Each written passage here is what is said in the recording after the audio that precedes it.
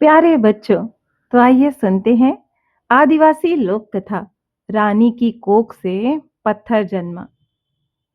बात बहुत पुरानी है। एक राजा था जिसकी 4 रानियां थीं।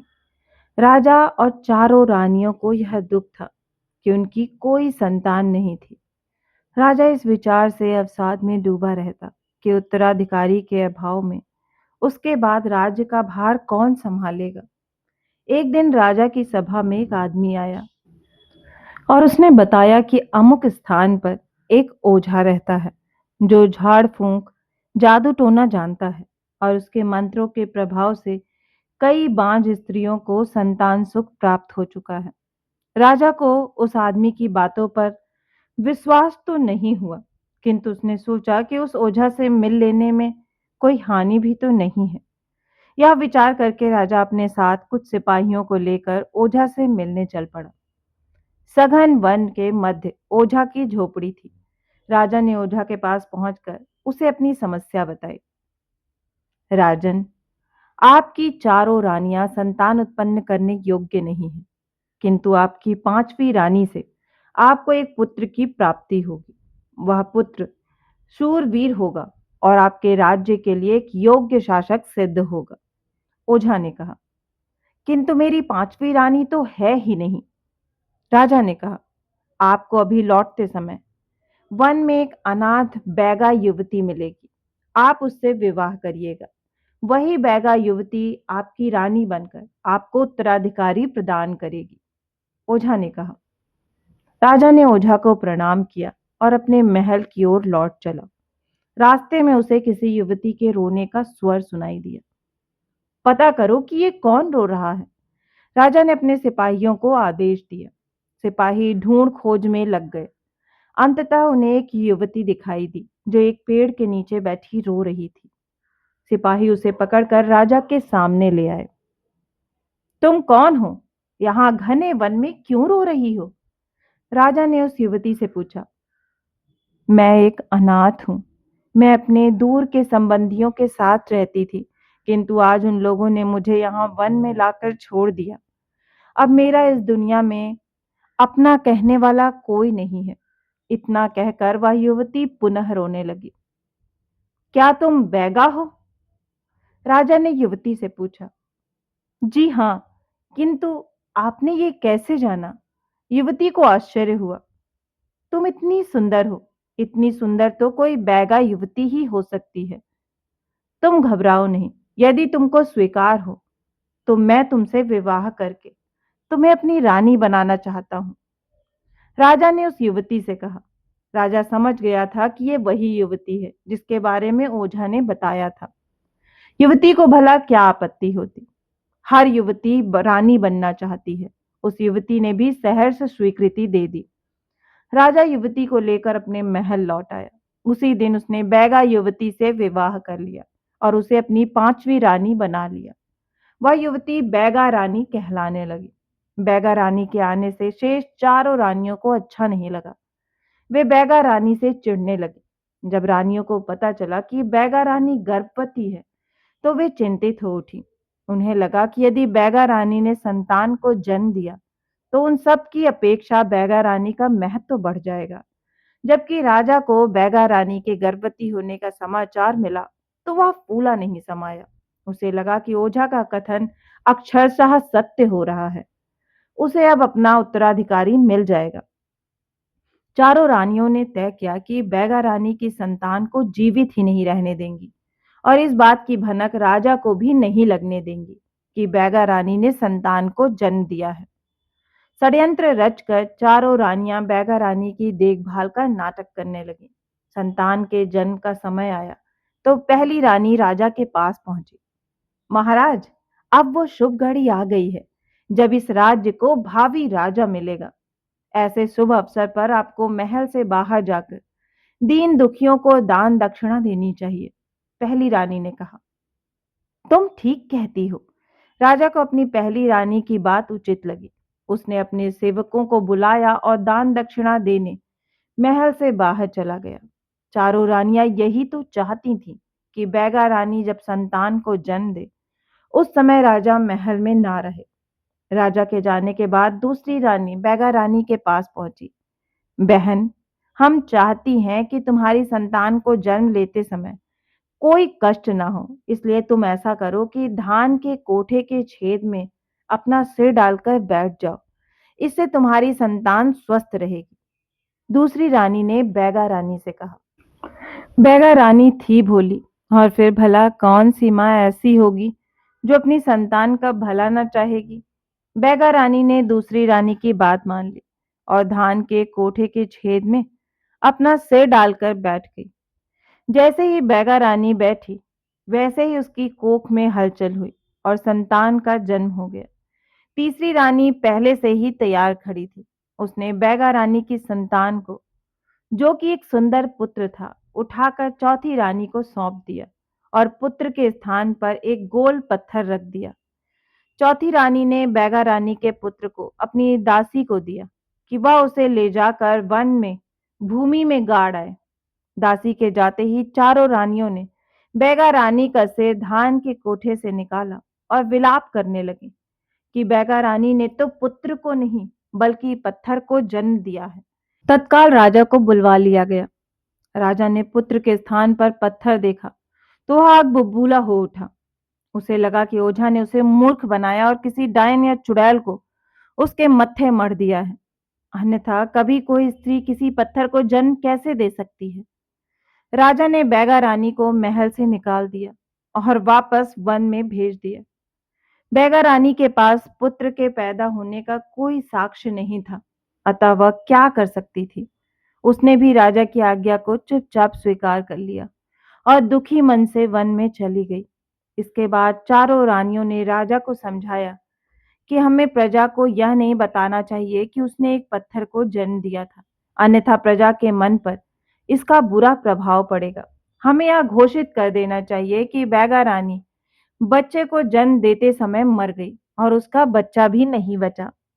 लेकिन हम बैगा रानी के शव के बदले किसका अंतिम संस्कार करेंगे? राजा ने पूछा। बैगा रानी के शव के बदले मैं अपनी दासी का शव रख दूंगी, चौथी रानी ने कहा। चारों रानियां षड्यंत्र में सहायता देने वाली उस दासी को भी जीवित नहीं छोड़ना चाहती थी, ताकि वास्तविक बात किसी को कभी भी पता न चल सके। चारों रानियों ने ऐसा ही किया।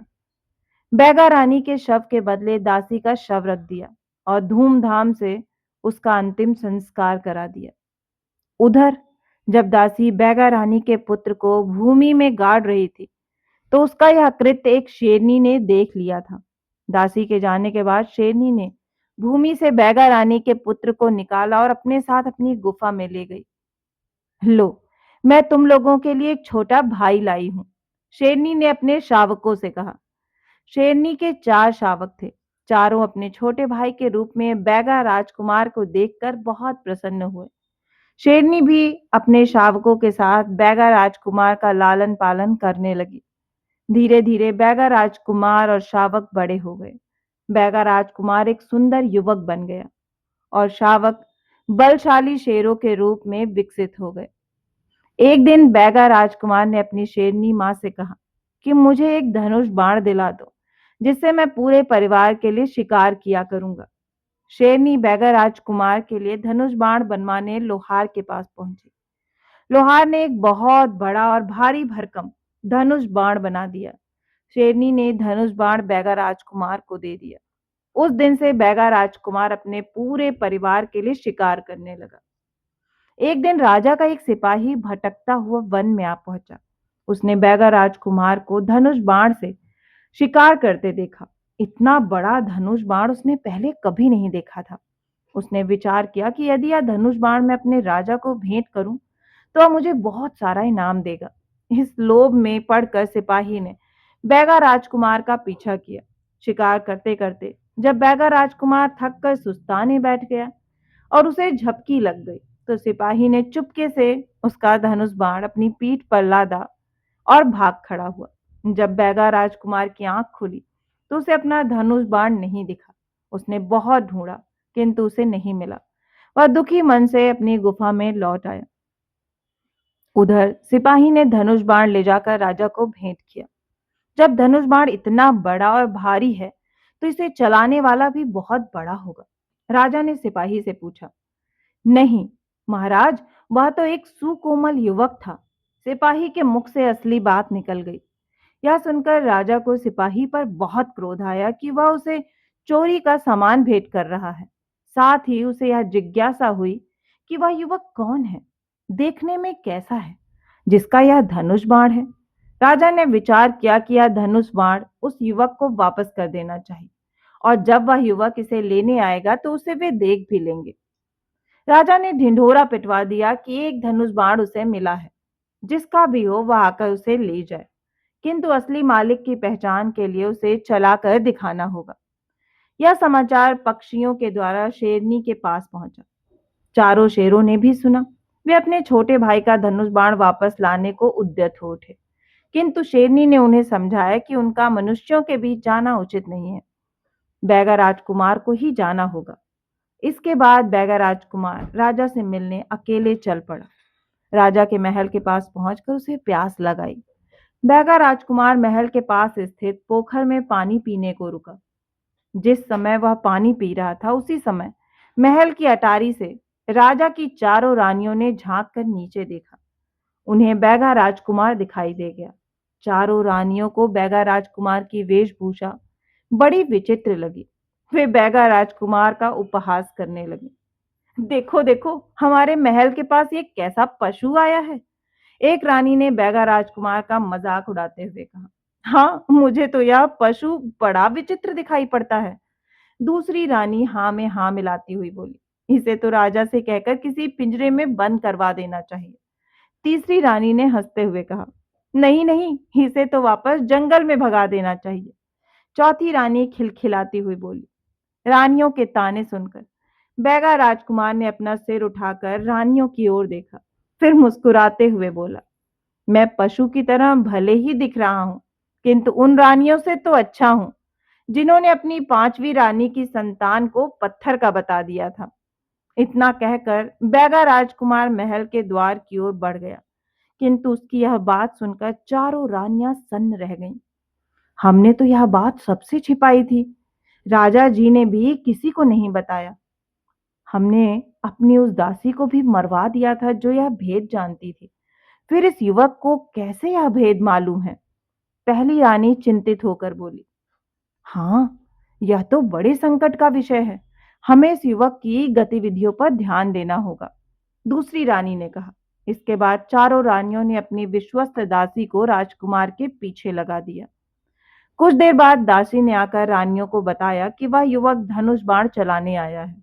रानियों ने यह सुना तो उन्होंने योजना बनाई कि वह युवक चाहे धनुष बाण चला पाए या ना चला पाए, किंतु इस परीक्षा के बाद उसे मरवा देना होगा, ताकि रानियों का भेद वह किसी और को ना बता सके। बैगा राजकुमार को मरवाने के लिए रानियों ने दो सिपाही उस स्थान पर भेज दिए जहां बैगा राजकुमार को धनुष बाण की परीक्षा देनी थी। उन्हें निर्देश दे दिया कि जैसे ही बैगा राजकुमार बाण चलाकर धनुष नीचे टिकाए, वैसे ही वे दोनों उसे मार डालें। रानियां बैगा राजकुमार को अपने सामने मरता हुआ देखने के उद्देश्य से परीक्षा स्थल पर जा पहुंची। युवक, धनुष पर बाण चढ़ाकर चलाओ। यदि तुम ऐसा कर सके तो हमें विश्वास हो जाएगा कि यह धनुष बाण तुम्हारा है। हम तुम्हें तुम्हारा धनुष बाण ही नहीं देंगे, अपितु ढेर सारा इनाम भी देंगे। राजा ने बैगा राजकुमार से कहा। महाराज, यह धनुष बाण मेरा ही है। मैं अभी इसे चलाकर यह बात सिद्ध कर दूंगा, किंतु मुझे किसी इनाम की लालसा नहीं। यदि आप मुझे इनाम के रूप में कुछ देना ही चाहते हो तो मुझे न्याय दीजिएगा। बैगा राजकुमार ने कहा। न्याय? यह कैसा इनाम मांग रहे हो युवक? राजा ने चकित होकर कहा। पहले आप मेरा धनुष बाण चलाना देख लें, फिर मैं अपनी बात स्पष्ट कर दूंगा। बैगा राजकुमार ने कहा और धनुष पर बाण चढ़ाकर प्रत्यंचा खींचकर बाण चला दिया।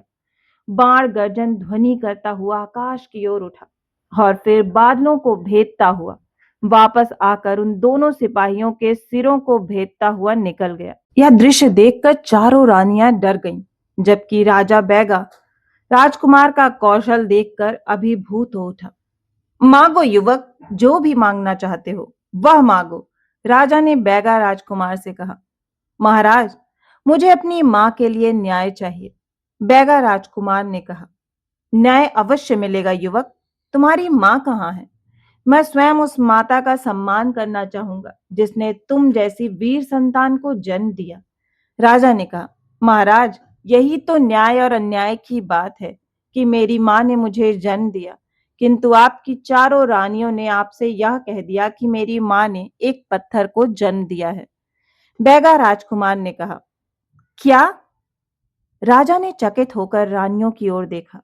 रानियां समझ गईं कि अब उनका भेद छिपा नहीं रह सकता है। उसी समय शेरनी अपने शेर पुत्रों के साथ वहां आ गई और उन्होंने रानियों को घेर लिया। भय से थर-थर कांपती रानियों ने राजा के सामने सच्चाई उगल दी। राजा ने अपनी चारों रानियों की करतूत के बारे में सुना तो वह अवाक रह गया। इन चारों रानियों के सिर मुड़ाकर इन्हें हमारे राज्य से बाहर निकाल दो। राजा ने सिपाहियों को आदेश दिया। सिपाहियों ने रानियों को बंदी बना लिया और उनके सिर मूड़कर उन्हें राज्य से बाहर कर दिए। इसके बाद राजा ने अपनी पांचवी रानी अर्थात बैगा राजकुमार की मां की खोज में सिपाही दौड़ा दिए। दूसरे दिन पांचवी रानी एक घने जंगल में मिल गई जहां वह झोपड़ी बनाकर रह रही थी। पुत्र, मैंने अपनी रानियों के बहकावे में आकर तुम्हारी मां के साथ घोर अन्याय किया। अतः एक अन्यायी राजा को राजा बने रहने का कोई अधिकार नहीं है। आज से मैं तुम्हें राजा घोषित करता हूँ। राजा ने बैगा राजकुमार को अपनी राज सिंहासन सौंपते हुए कहा। इस प्रकार बैगा राजकुमार बैगा राजा बन गया। एक दिन राजा ने बैगा राजा से पूछा कि यह सच्चाई उसे कैसे पता चली थी। इस पर बैगा राजा ने बताया कि ये बात उसे उसकी शेरनी माँ ने बताई थी, किंतु यह भी समझाया था कि उचित समय आने पर ही मैं इस बात को प्रकट करूं, जिससे आपको विश्वास हो सके। यह सुनकर राजा बहुत प्रसन्न हुआ। उसने शेरनी और उसके पुत्रों को धन्यवाद दिया।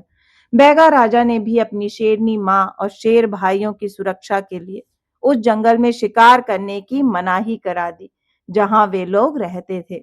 इसके बाद बैगा राजा न्यायपूर्वक राज्य करने लगा। तो बच्चों, आपको ये कहानी कैसी लगी? मुझे आशा है कि आपको ये कहानी बहुत ही पसंद आई होगी। अगर आपको कहानी पसंद आई है तो इसे अपने दोस्तों के साथ शेयर करें। और हाँ, इसी तरह की मनोरंजक कहानियां सुनना चाहते हैं तो इस चैनल से जुड़ें और इसे सब्सक्राइब करना ना भूलें। फिर मिलती हूँ एक नई कहानी के साथ। तब तक आप सभी अपना खास ख्याल रखें।